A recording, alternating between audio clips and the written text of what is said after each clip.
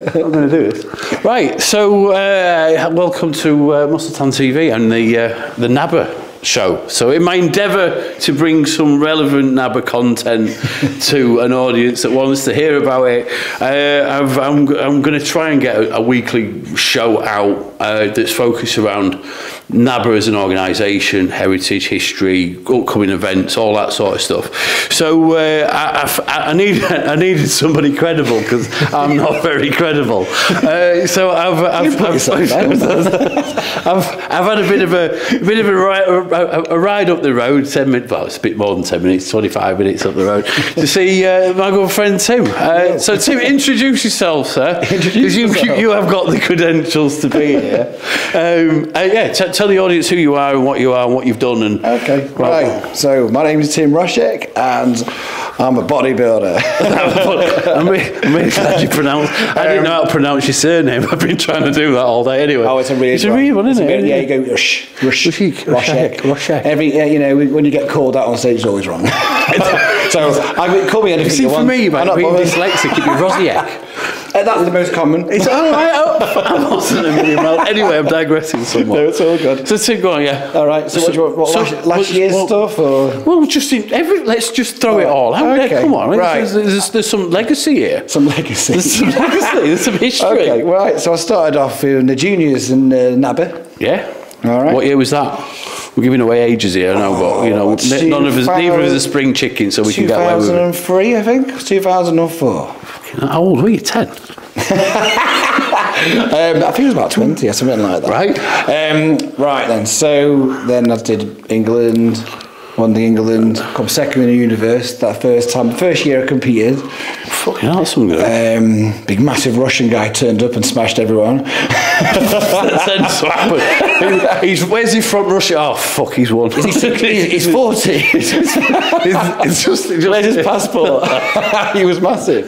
Right, and then I did the NABBA Worlds. I did it when I was a junior as well. They went to Australia and come second in that. Fun times. And then we did novices, and I won the England in that. And then that was a couple of years later. And I'm just taking the NABBA because it's the relevant one, isn't it? Well, no, again, I think it's relevant to obviously what we're discussing here and this particular podcast. I had loads of big battles with Flex Lewis when I was in the juniors, so he's the only guy who really beat me, so he's like... Oh, fair play. I mean, if you're going to get beat by someone, get beat by Flex Lewis. Yeah, he was... we forget that he was fucking... You know, where he's obviously a Welsh lad, and he's a good lad. I remember coming to Stewards Gym at one point, and just again, where we started, and obviously kept working, and that you guys were stood there fucking still competing with him. Yeah, he was funny, you know. I remember he used to, you know, like sometimes you go backstage and like no one talks to each other. You know, they can get a bit serious, can't they? I like a laugh me. I'm a bit of a joker, right?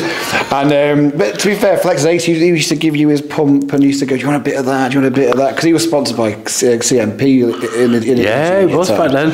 So we used to go, have a bit of this IGF thing and all of that. You know that. And so he was a real good lad. He used to like fart a bit going out the stage to put you off. And sorry, lads, nobody does that. Yeah, they do. It's horrible. Yeah. He's good fun. So yeah, that was the junior times. So again, go back to the novices. We did Mr. England and all that. And that year, again, I didn't really lose much at all that year. But I think Night of the Champions I did in London, and he was a Welsh lad again. Who oh God, he's a master now, but he's quite a James Llewellyn. He won that one. He's a good lad. He's good. Really good. He was a big pro, wasn't he? And then after that, I had 1 year at doing Misters. Did South Lake. I won the overall South Lakes Classic. Yeah. And then I did the NABBA one. Did NABBA Northwest. Got beat by Barry Valois in that one. And then basically stopped competing for then about 10 years. I stopped training. No, it was 13 years. It was. Stopped training for 9 years, and then about 5 years ago, Mike Sullivan goes, "Do you want to do some judging?" I went, "Well, go on then." So I had to do my training for judging. How how did that happen, mate? Because that's it. You know, you've gone from. I can understand it because you put your life, your heart and soul, and we commit a lot to just bodybuilding, don't we? We go out there, and it's like it was just a lifestyle thing that we do, and then just to sort of go, I've had enough now. Yeah, well, or was it? It was a random one, really. I had a family going on. Yeah. I literally had a baby on the way, and then you know, I tore my pec bad when I was just after the novices. Right. So. You wouldn't notice that, actually. No, it wasn't as bad as I thought it was. Yeah. But in my head, that was me not going further. Right. No, I get that as well. You know, that's one of those injuries that can really stifle progression. Yeah. It messed with my head a bit, I must admit. But after those shows, this is fucking nuts. This. So Neil Hill phones me up. Right. And I why? What's it? Y3? Y3? Yeah. Y3 he trains. He trains everyone, doesn't he? And he goes, "Do you want to come down to South Wales and see me?" I had a proper row with the ex-wife, right? Literally about 20 minutes before. Standard with ex-wives, right? What are they called, ex-wives? If he phoned me up the next day, it would have been a different answer. Right. I said, "Mate, I've given up. That's it. There's no more going forward in there." He goes, "I've got a torn pec. I'm never going to make it further." You know, blah blah blah blah blah. Saw my arse, and that was probably the biggest mistake of my life. I had to actually put that down to there. Right.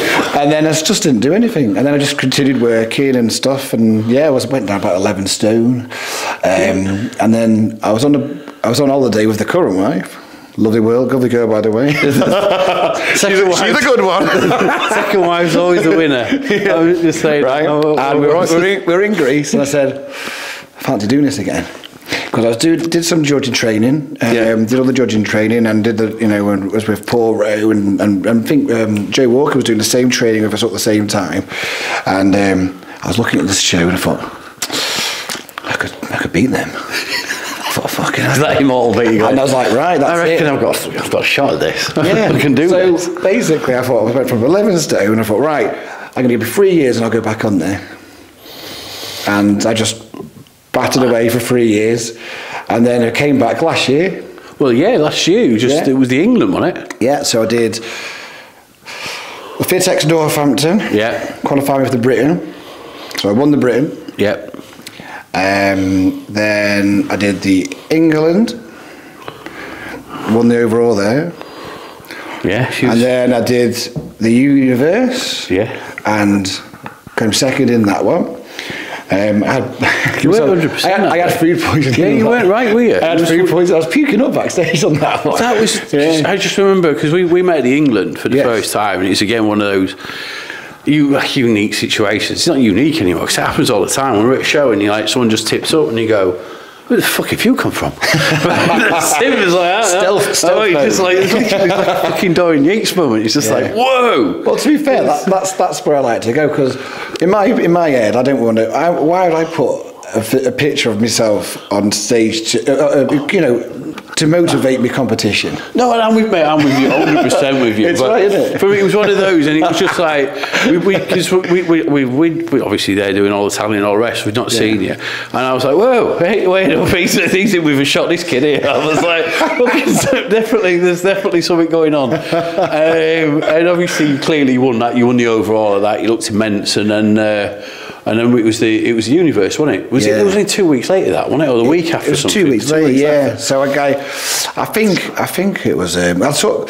wanted my girls to come, so they all came there. Yeah. And I brought my food with me, and I think that was a mistake. I think, and if you want to go travelling, don't cook your chicken and bring it to the show. These refrigerated. Make sure you refrigerate, or buy a packet of chicken from the supermarket, which is safe. I just remember the night before, because we did the tan the night before, and we were like, and you were bouncing, everything was brilliant, everything, you looked fucking mint, you were drying out, and the day before was always good fun, because everyone's like fucking in great spirits, it's all coming together usually, and then it got to the show day, and you were like, I'm like, you alright, mate? And you were like, I don't fucking feel the best, mate. And I was like, you just think you could see, couldn't you? You sat on your fucking stomach. It was nuts, because like an hour before, I lost $1 million.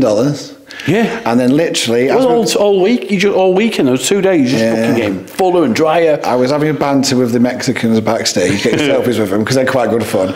And then I was like, oh, I don't feel too good. Puked up in the sink about 3 times. Wow. And then it all went to my tummy. Yeah. So, and I couldn't hardly hold it in. Well, I was side of the stage, as I always am, and I'm like looking...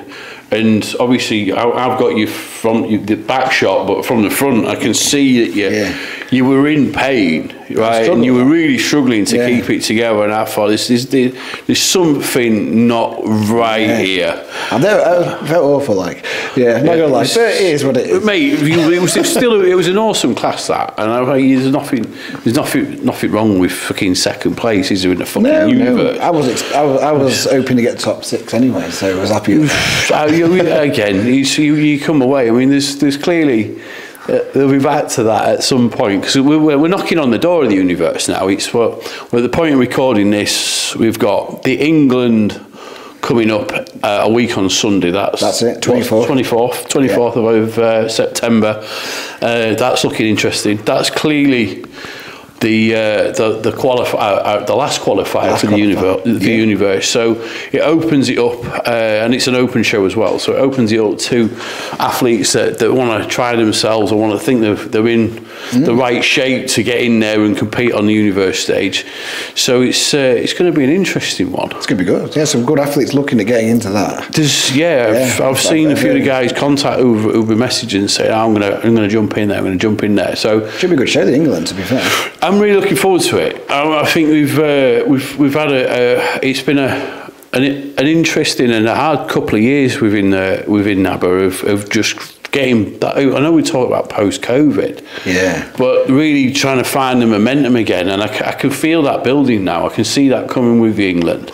Yeah, I know it's it's the most prestigious bodybuilding show you're going to get, especially if in amateur bodybuilding. If you're looking back at the past and what's not and who's done it historically, from a historical perspective, because arguably you could argue the most prestigious amateur bodybuilding trophy to win right now would be the PCA if we're going to base it on numbers. Well, now, yeah. Right here. But if we're talking history, legacy, right, the people that have gone through, and competed, it was the universe on an amateur level was the epitome. And when we talk the universe, we're talking the NABBA universe, the epitome of the best at amateur bodybuilding.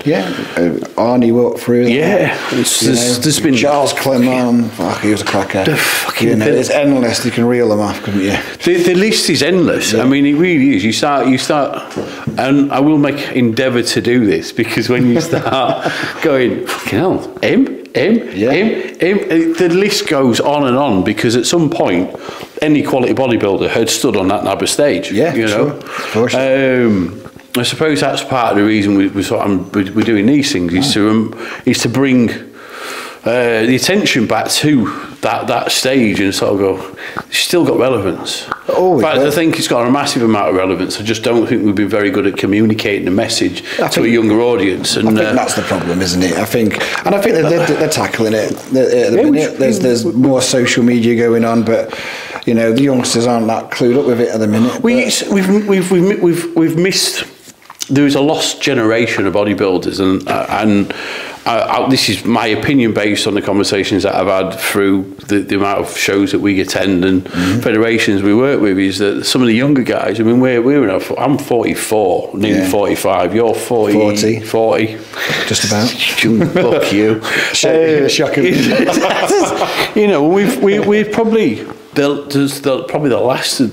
last generation that really know the importance of a NABBA stage. And when I was a junior, right, you could even get a ticket for the Northwest, let alone the universe. Mate, it's the same with the Northeast, with Paul's shows. He was like, if you made sure that if whoever was competing from whichever gym you were supporting, I was obviously big Stu Garrington, that when Stu went, do you want tickets? The tickets were ordered and bought, because if they weren't ordered and bought, you weren't getting in. Correct. It was an event. Yeah, we had to buy tickets for Northwest months before. Yeah. And it was an exciting day out. You know, I told you we're talking before this, weren't we? Like John Bridge used to bring a couple of coach loads of people down from his. We're talking for. He came here. I was supposed to be. We spent an hour talking before we even set a camera up.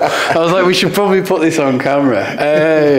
There's two idiot old bodybuilders talking bodybuilding as per usual, but I love this shit. So that's why we do it. That's why we do it. That's why I drove 40 minutes up the road to see you. I was like, there's an excuse to go and talk nonsense with somebody I like. Brilliant. So I was like, get yourself off. There you go. It's a winner, isn't it? I mean, we talk about back from when you first started competing, because I see it at a standpoint. I've never stood on NABBA stage. I've been more at NABBA shows than anything watched. My mate's done it, so I need to rectify that. You will. In the not too distant future, but who knows when that might be. It was like that was there was the two stages, wasn't there, really? And it was the NABBA really had the credence and the credibility and I still think it does. Yeah, well, of course. Yeah, I mean, when I was getting back on stage, first thing I was ever thinking of was NABBA. But again, that's my heritage. That's how I was growing up with. You know, I grew up with watching all my little idols like Luke Nichols, Barry Vaughan, John Bridge, you know, Dave Bell, all the big boys like that. I'm thinking, wow, the Paul Longfield. Yeah. They were all the ones who were like, wow, that's what I want to do. You see, in fairness, there's going to be a few of the guys watching this, and hopefully some of the ladies as well, because I remember when the ladies' classes really took off. I'm going to say that's around about 2011, 2012. Yeah, I think Mike Sullivan changed the classes, didn't he? I can't remember. You'll know better than me on this. I think he did. Mike Sullivan put in the latest sort of female class range in there. It took off quite well. That he was massive. There was 30, 40 girls on stage. You know, when Verity was winning everything there. The amount of girls on that stage was just immense. So again, it'd be good to see those sort of numbers back up there. And there's going to be people that will watch this and go, oh, look at these two idiot old bodybuilders, which we are, right? So you bang on, we are complete idiot old bodybuilders at this point, not as old as some of them. Self-confessed. Yes, no problem. I'm fully on board with that. We're talking about NABBA, and when we talk, we've got to talk about the other big boys, because Two Bros is obviously a huge organisation now. They've got obviously the credibility and the IFBB Pro card that everybody seems to want but doesn't do anything with, barring a very select few. That's my opinion. I've got lots of views on that. And he's probably not the right setting for us to talk about personal opinions on those things, but obviously it's good to see more people compete on a bodybuilding stage, and again be able to attain a pro card and potentially go on and do some pro shows or compete at that pro level. I think the sadness, or the sad part of that, is that not many do. What you're probably getting there is, I mean, might be me speaking out badly here, but it's two people with an opinion. That's all we've got. So they made it too easy to get a pro card. I think so. Okay, back in the day, but you had to win the overall Britain to get the pro card. There was literally one a year. One a year. And you were the best of the best, and even a lot of those struggled getting in the actual real Olympia. I mean, there is a counter argument to that, to say that maybe there wasn't enough given at that point in time, potentially. But no, there's not many top pros who actually made it into Olympia and did well. There wasn't. I mean, you would argue Nathan D'Asha, Dorian Yates, obviously. Yeah. I think you've got. Oh God, I forgot his name. Big triceps. Ernie Taylor. Yeah. Going back. I know. Yeah. Ernie was awesome. And then. I can remember Ricardo. We've got Ricardo Carrera. He was a superb, but again, but making that top, but never really went on to they went and competed at a professional level. Yeah. So nowadays, what I think is what's happening, they're making that pro league. Yeah. To make a bit of wonga. Well, and business is business. Business is business. Yeah. But they're diluting it, and they're making the pro not a pro, really, are they? I get where you're coming from with that. I don't feel that it is as prestigious as maybe it once was, but that's our opinion. Correct. You know. Correct. And again, when we talk about the British bodybuilding scene as a whole, there is no conversation without the PCA. You know, they've done a cracking job, haven't they, of doing that? You've got to admire what Ryan and Warren and those guys have done for bodybuilding in a very short space of time. So I remember first time I met Ryan was David got him to come and judge at one of our shows we did at the IBFA York.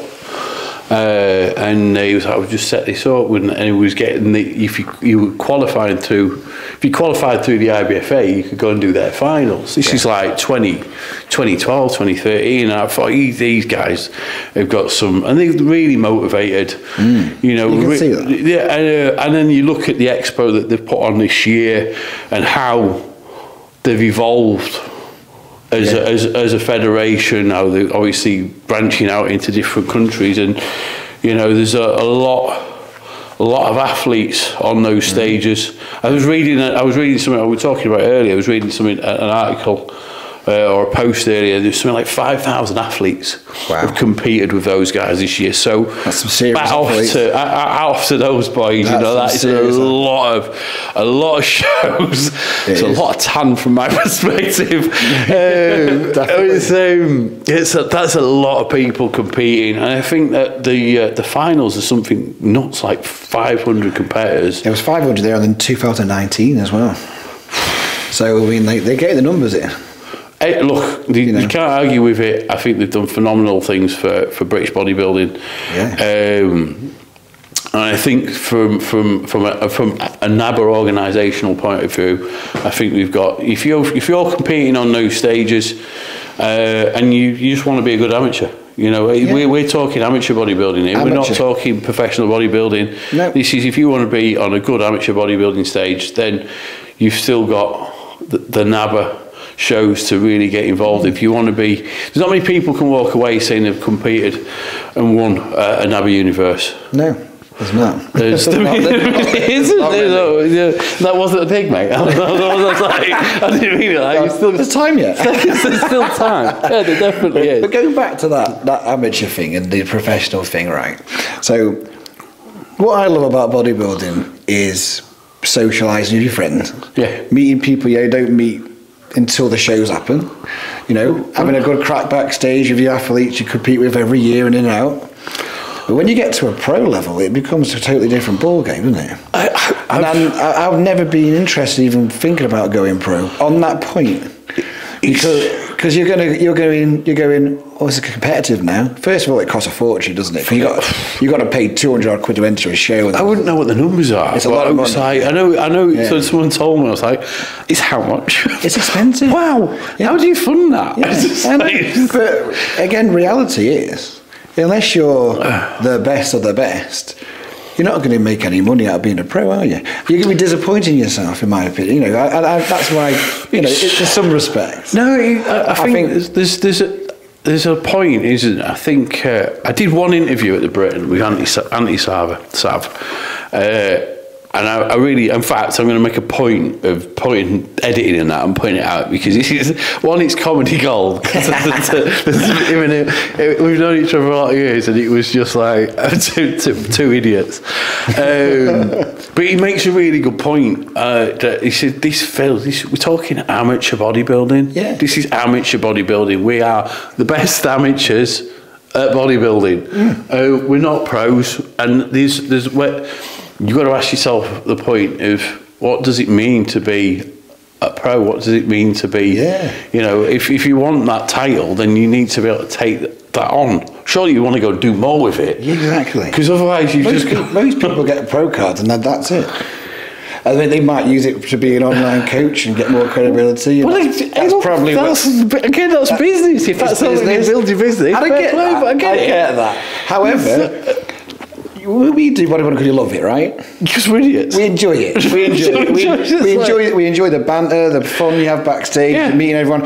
and the fun part will go if you jump up there, and it's your decision. It's anyone's decision. You want to go pro, like, but that's where I think a lot of people miss the mark on it. I think what we've missed. And again, I have no voice for NABBA at all. I just do these things because I like talking about bodybuilding. It's and it's an organisation we've got a fair bit of involvement in that we've got a lot of passion for. You know, it's as yourself and there's a lot of us have. I think, you know, we're looking at.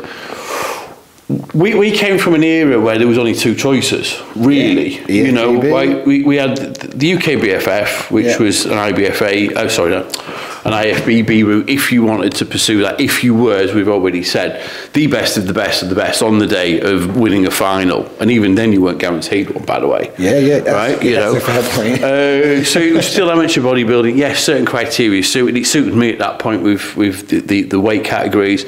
Or you went down the NABBA route, which was mass monsters, full of monsters, just mass monsters in amateur bodybuilding.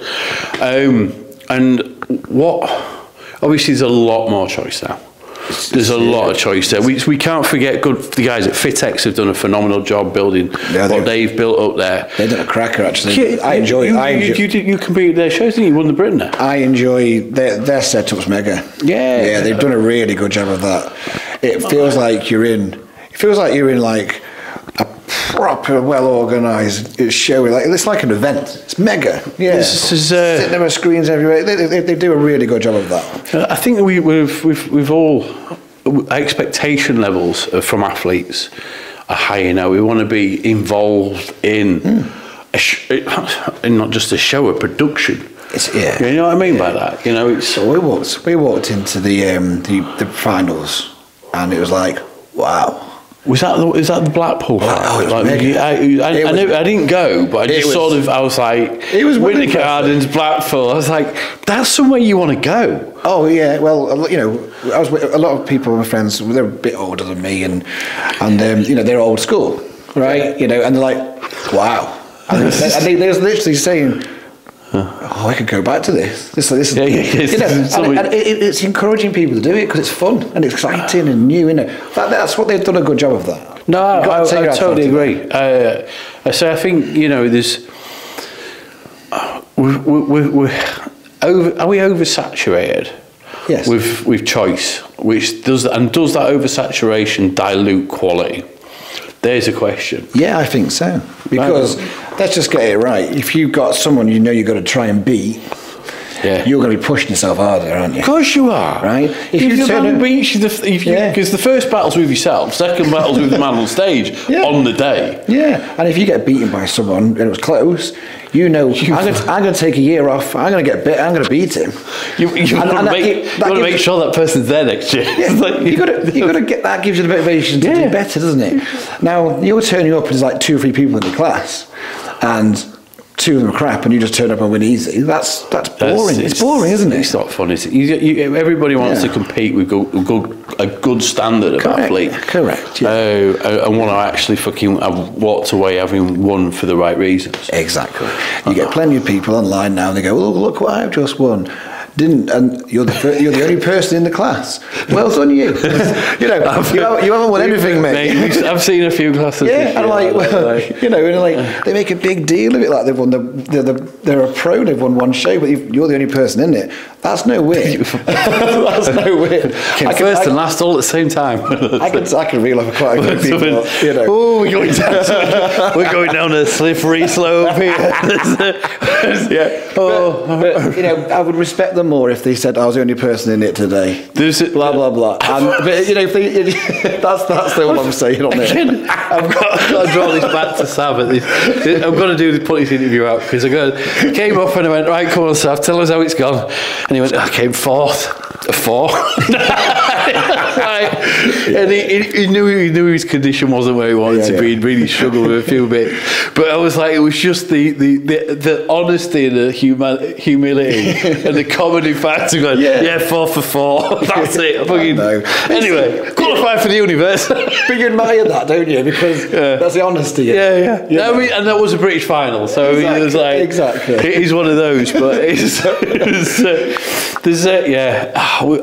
so it brings us back to getting if you're interested or intrigued about what goes on or what NABBA's all about, then I'll bring some more history for over the course of the coming weeks, months, so people can get what fired us guys up about being on those stages.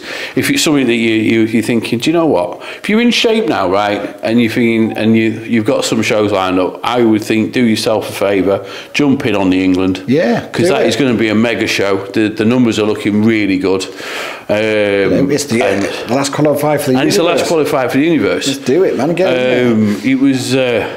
And then you've got an opportunity to just standing on the universe stage. It's always run in this country, so you don't have to go abroad. And you don't have to cope with all that international eating. It's a nightmare, that. You see, that must be... this is the other thing, I suppose, that's lost, I think, currently in bodybuilding, is that having supported our friends that have gone on, won worlds, universes, whatever it's going to be.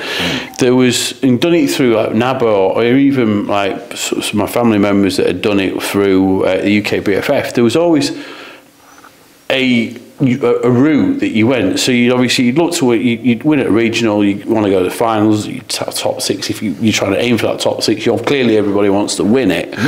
But then it was beyond that, right? So there was like, well, if I can win at the Britain, I'm off to the world. Yeah, exactly. And this year, it's in Austria. It's in Austria. Look, I have got designs on doing it, right? My plan is do this next show, right? Qualify Britain, Worlds, and then come back and do the uni later in the year. That was how I've set my personal stall out. And that's a proper plan, and that's good. That's the goals, and then that's it for me. Done, right? Finished. I came back, completed it. I'm off. That's it. I can sit here and talk nonsense about bodybuilding for as long as I want. Hey, call me out again today.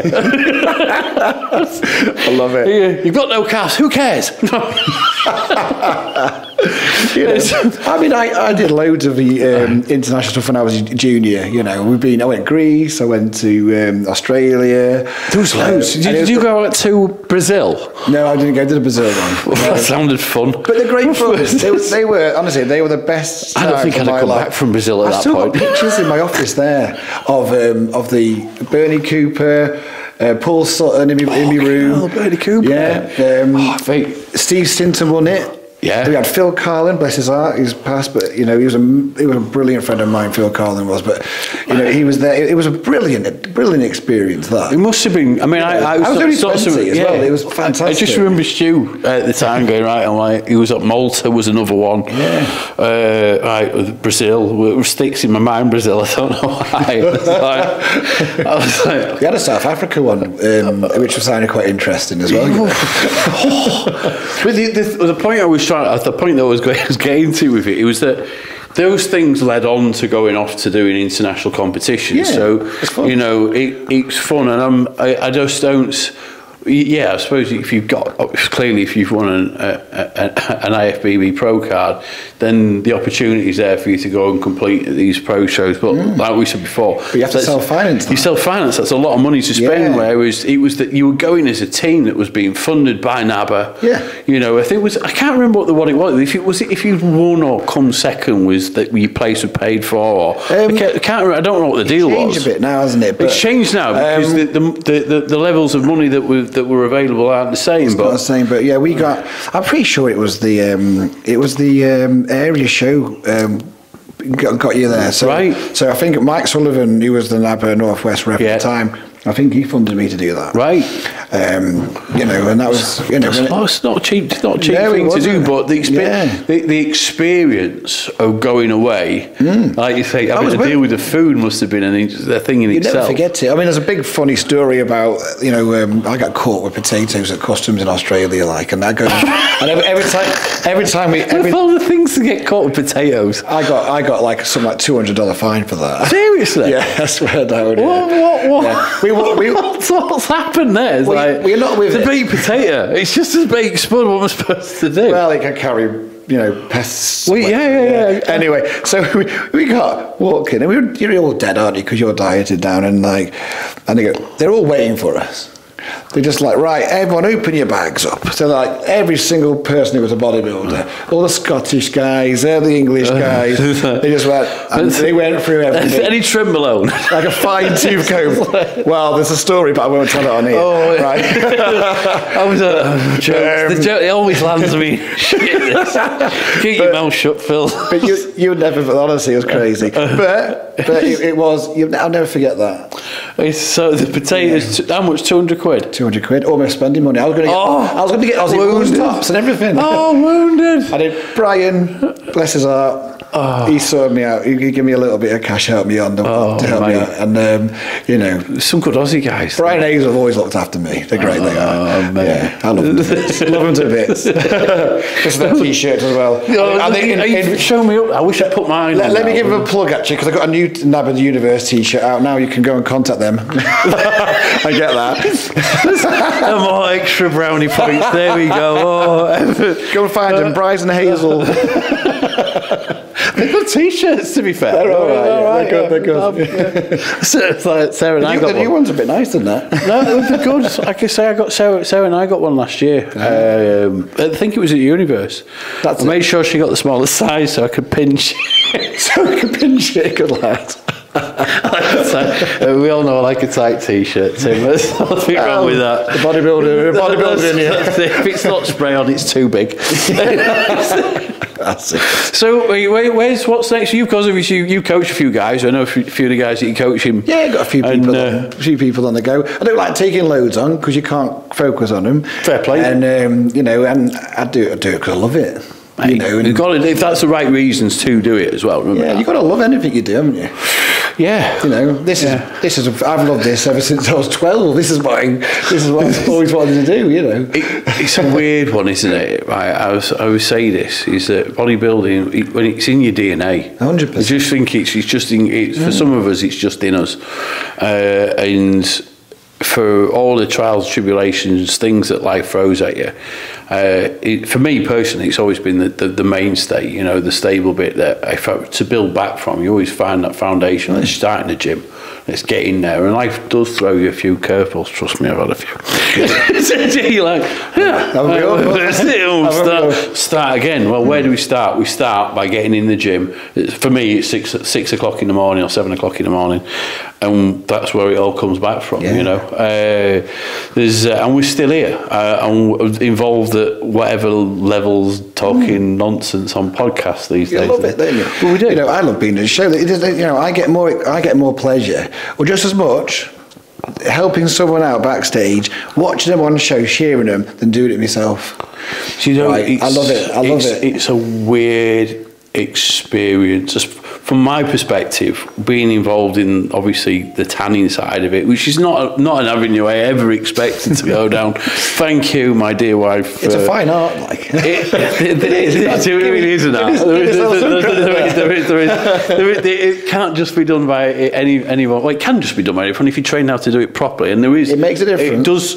Well, if you get it wrong, you fuck the whole job completely. You put 4 or 5 months a day to know completely. And I think. People, it always blows my mind when people don't think that. When you're going into a show going, oh, what's the last thing you thought about? Your tan. Well, that's the bit that's literally going to show off all this fucking hard work. Everything you've done, right? If you get that bit wrong, then the job's literally fucked. You might as well not bothered. 100%. 100%. But it's got me more involved than ever in this odd world, fucking odd sport that we're involved in. Yeah. But it's Well, I'll go back to a previous point you're making there about like you starting up the gym. Yeah. But it's a long old process, isn't it? You know, and I think that's a little bit what's wrong with some of the youngsters today. They think they're going to get it overnight. No. And unfortunately, it doesn't come overnight, does it? It takes a while, and you've got to keep plodding, and you do good, you do bad, but you keep pushing forward. And a lot of kids give up very quick these days. Well, again, there's no quick fix to this, right? No. That physique wasn't built over fucking 10 weeks.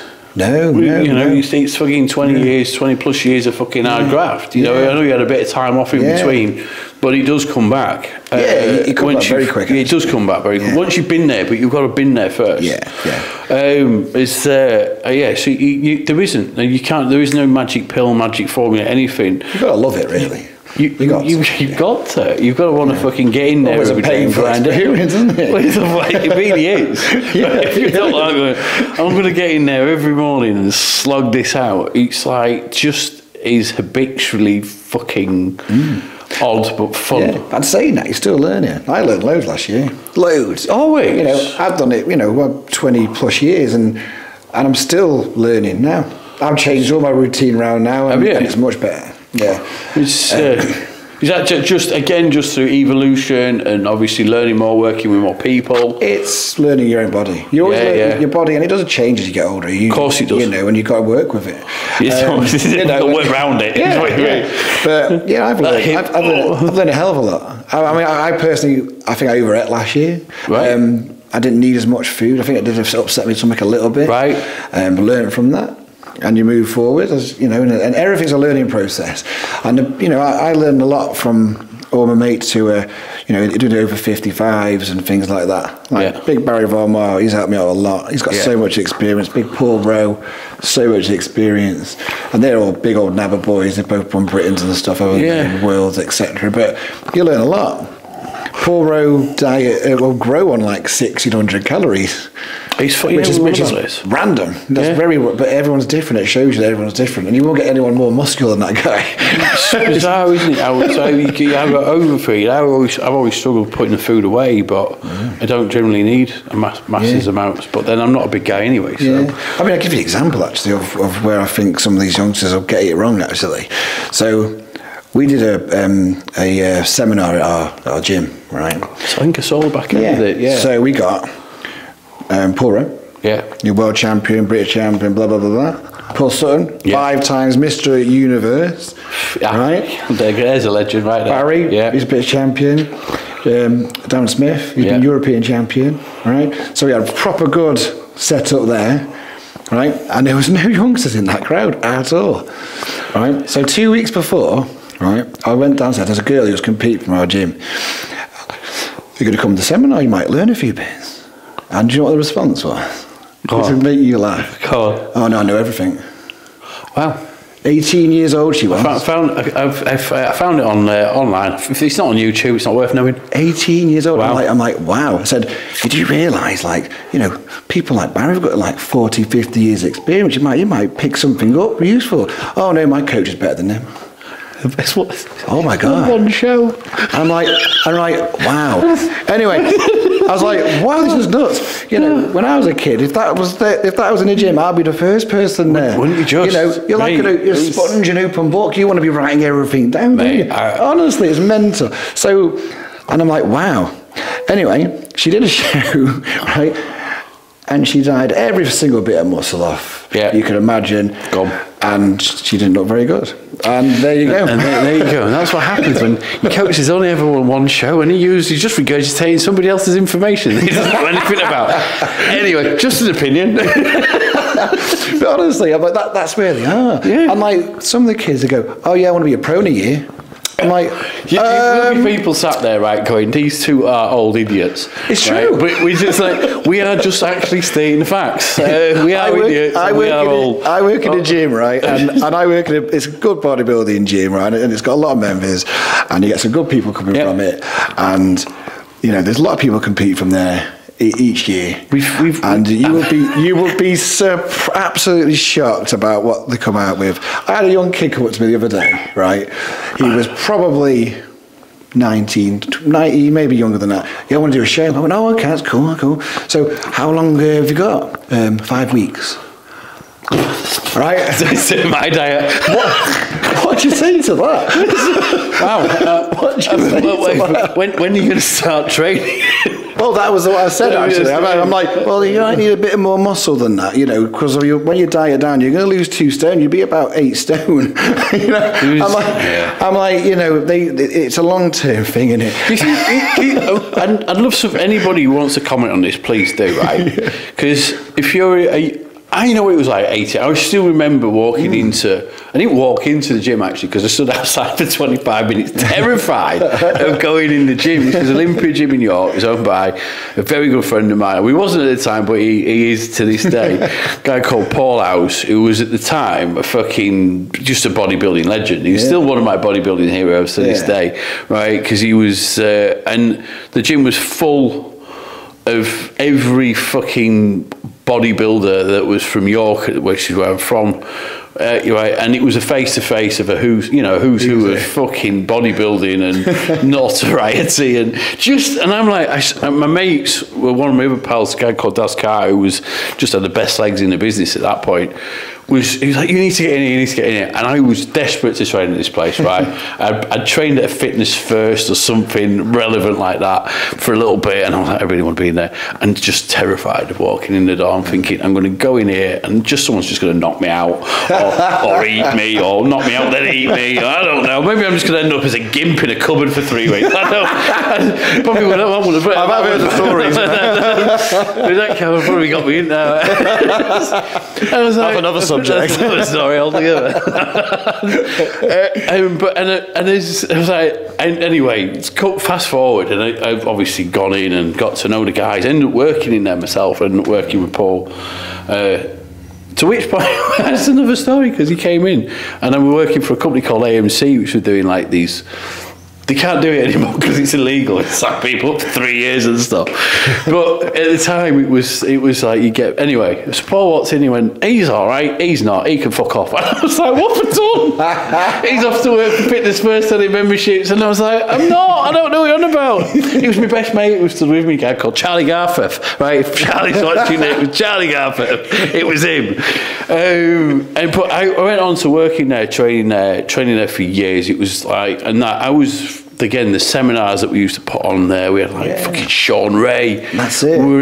Paul was and Jill were the distributors for CMP back then. So I was, I went off to all the CMP seminars with Phil Connolly, Brian Batchelor, sat there at 19 with Dorian and Ernie Taylor and just fucking I can't even talk. Just like, and it's inspiring, isn't it? But you had to work. You had to work out. The point I was trying to get to with that little weird story was like you knew the work that had to go in. It wasn't going to happen overnight, right? You went in, you trained. You'd be like, right, what do I do next? Well, right, this is how we train, right? And now you've got to eat stuff that aren't bacon sandwiches. I got a cracking one. Give me 2 seconds. Right, I gotta say, this is a good one. Right, so I have a prop, right?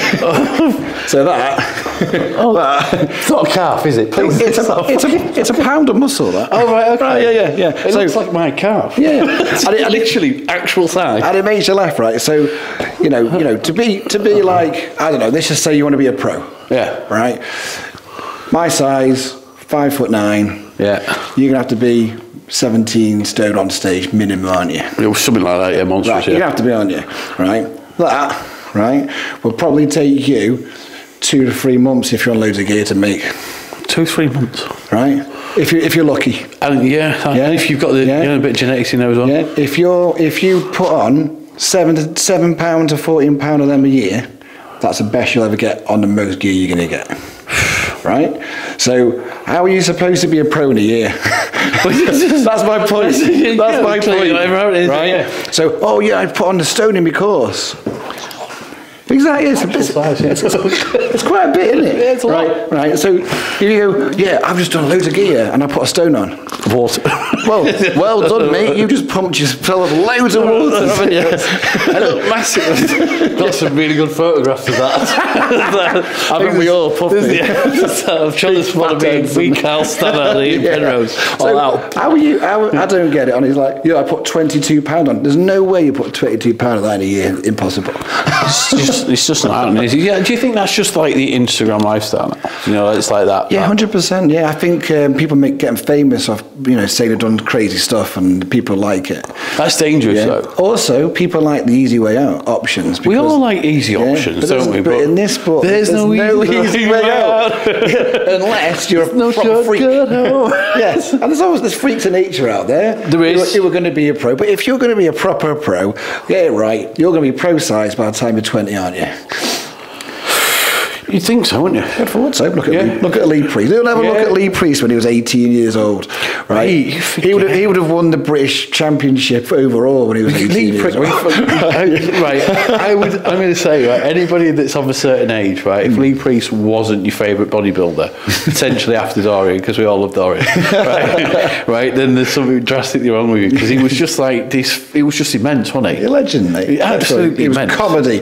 But to be fair, like most Australians are great fun, aren't they? Anyway, the nuts, yeah. They're great fun. Every Australian I've ever met's been funny as. And you have a great time with him. That man's not afraid to speak his mind. He's right, though. But he's fun. He's want to hear that stuff. Exactly. Won't sit on the fence like we have.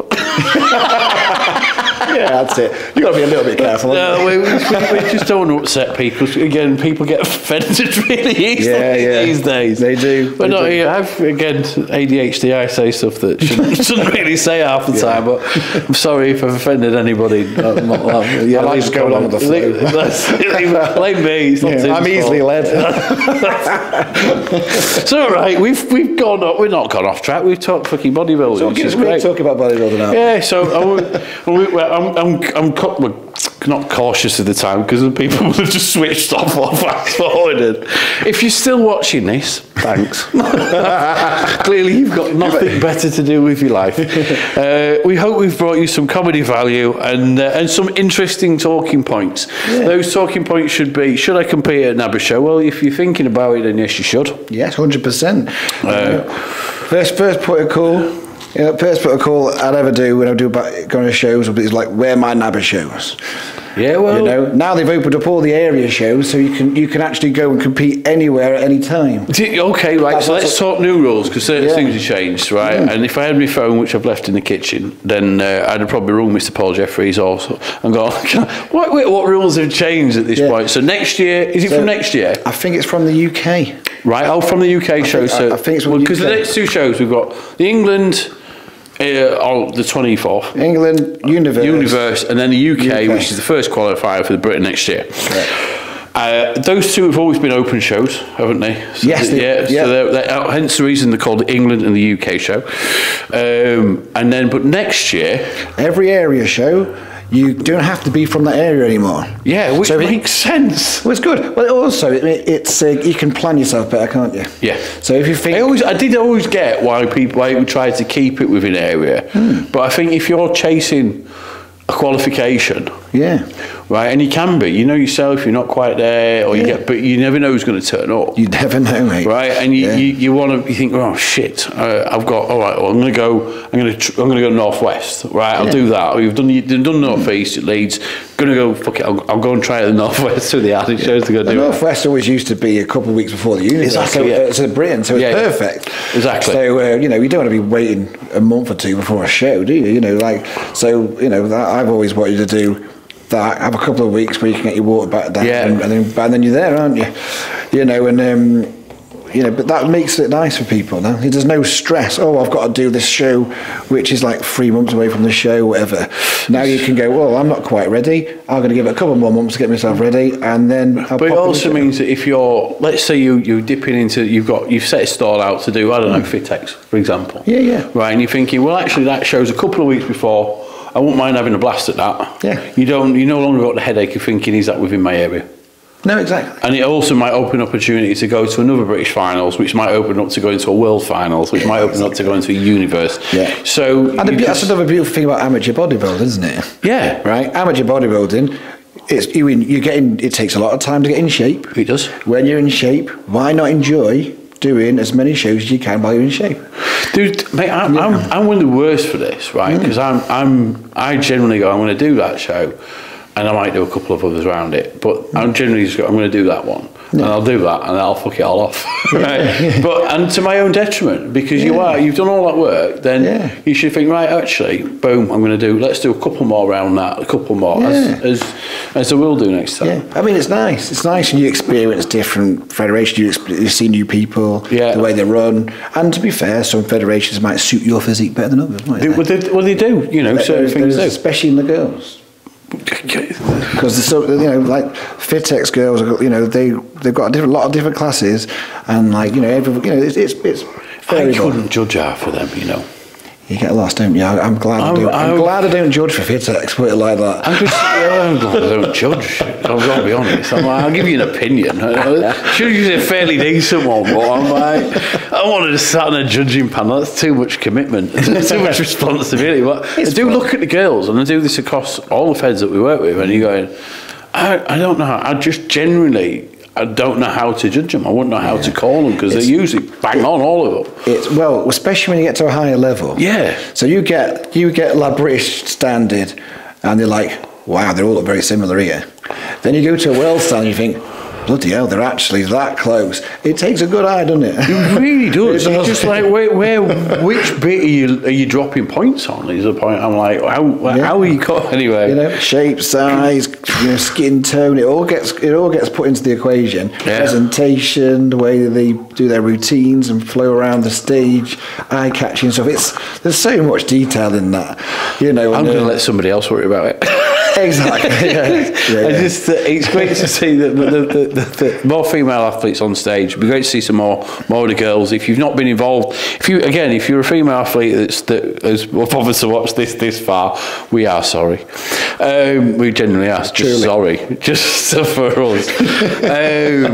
But if you've not considered, because I sadly find that this is a bit of a topic, is that the girls, it's not even on the girls' radars anymore.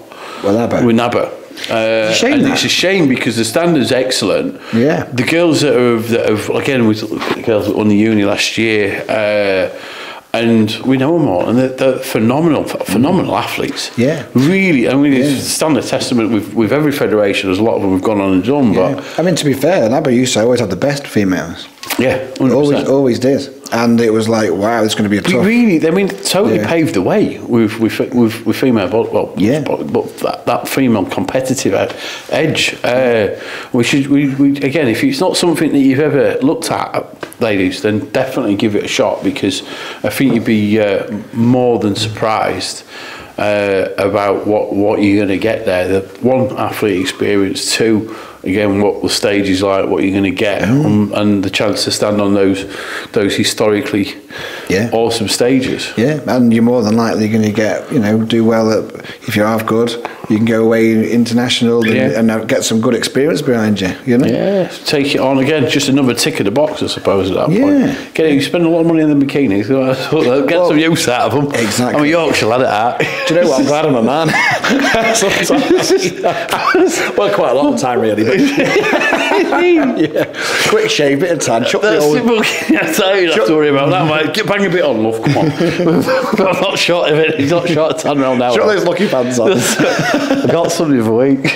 Oh yeah. Yeah. So we invested. Anyway, we'll not talk about it. I've loaned my pants out to my best mate. Did you? Yeah, he's going to use them in 2 weeks. Yeah. Oh, fair play. I gave my last two pairs. I had a pink pair and orange pair, which were like from 2015 and 2016 or something, and it was last year at the WNBF.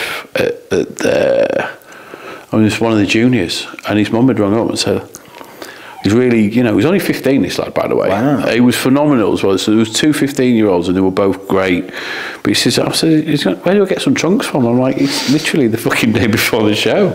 Yeah. I was like, anyway, I ended up giving him my trunks. Bless him. He did all right, come second. Oh, that's good. Yeah, he did as good as I did anyway. Clearly, they were just second place trunks. We know a lot about that, won't we? So, well, I used to work in Very Active in Liverpool. You used to get buy them in the shop there. Yeah, but you can't buy them off. You can't. No. You've got to order them. I've ordered 2 pairs. Just in case. I'm not coming back. There's no show. I've not planned anything. Not doing anything. Mate, we should wrap it up at that because there's clearly, I guarantee you, nobody's watched it this far. You'd be surprised, man. Is it really not? It's cooking viral. You never know. I'm pretty safe in that. I think that this isn't going viral. If it is, it's all for the wrong reasons. We're going to get called out for those 2 idiots we're calling out. No, we haven't done. We've done nothing wrong. We've done a good job. I think we've done a good job. On that note, I'm going to say thanks to my mate Tim. Pleasure. It's been a pleasure. For giving me the time and watching this. Thanks for anybody that's watched this. I'll make sure that the links for the relevant shows, the up and coming shows at NABBA are there, so it's easy for you to do. I'll even put the tanning links in there because clearly that's an important part of it, and that's the bit that we do.